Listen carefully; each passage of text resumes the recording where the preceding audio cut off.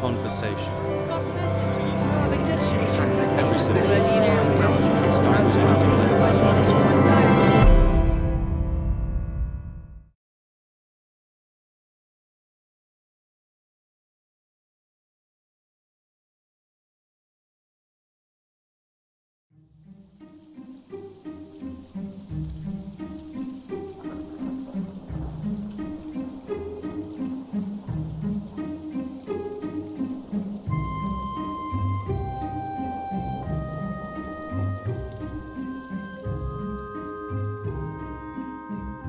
So I've got Radio 4 on in the background, and I step into the shower.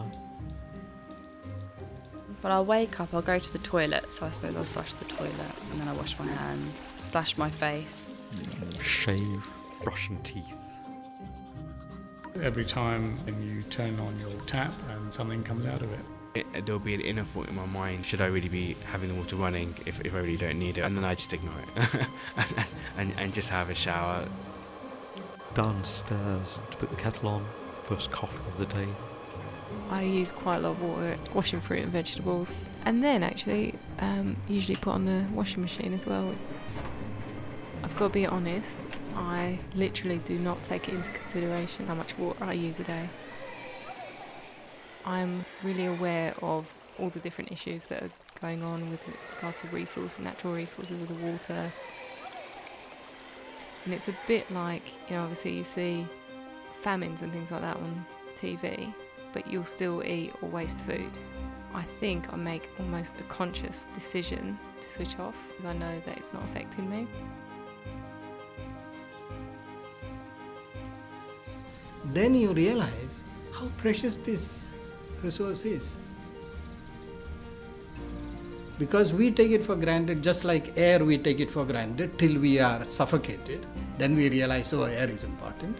We certainly are living beyond our means in terms of utilization of natural resources, particularly water being one of the critical ones.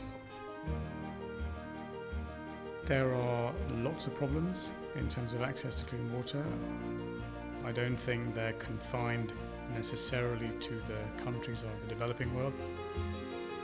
In other words, contamination and pollution. You have to make sure that water is safe, or else you are really distributing water, and through that you are distributing sickness and death. There are millions of men and women living in the world for whom this is their day-to-day reality. Although human beings often think we are in control of the world, in fact we're not, and that we can very easily, any tsunami or earthquake or any natural disaster can make us very aware of our vulnerability. And there are moments in my life as a priest where I'm using water. I see it has a meaning beyond just the liquid in front of me. The water's that powerful symbol because water can symbolize both death. You can drown in water, but it also symbolizes life. We can't live without water. Parts of the world which are already flood-prone are likely to be more flood-prone. Parts of the world which are already drought-prone are likely to be more drought-prone.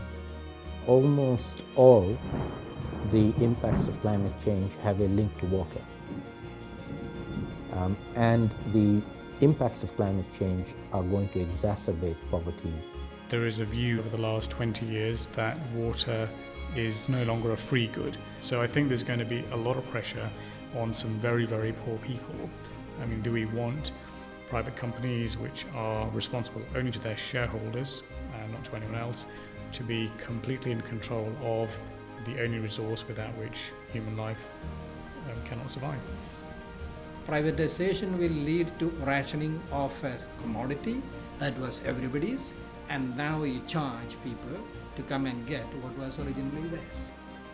If we continue the way we are, then these resource constraints, they are already causing strife within countries. They are likely to cause strife across borders and in the international arena. And one hears about potential water wars that might arise out of these scarcity issues, which would get exacerbated with climate change.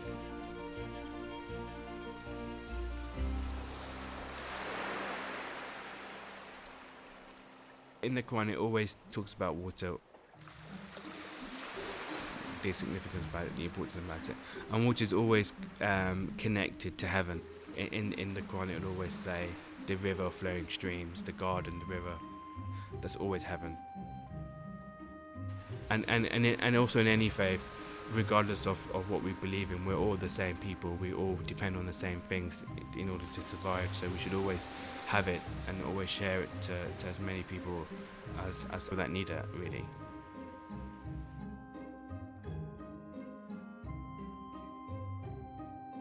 It is possible to find solutions that are within people's reach.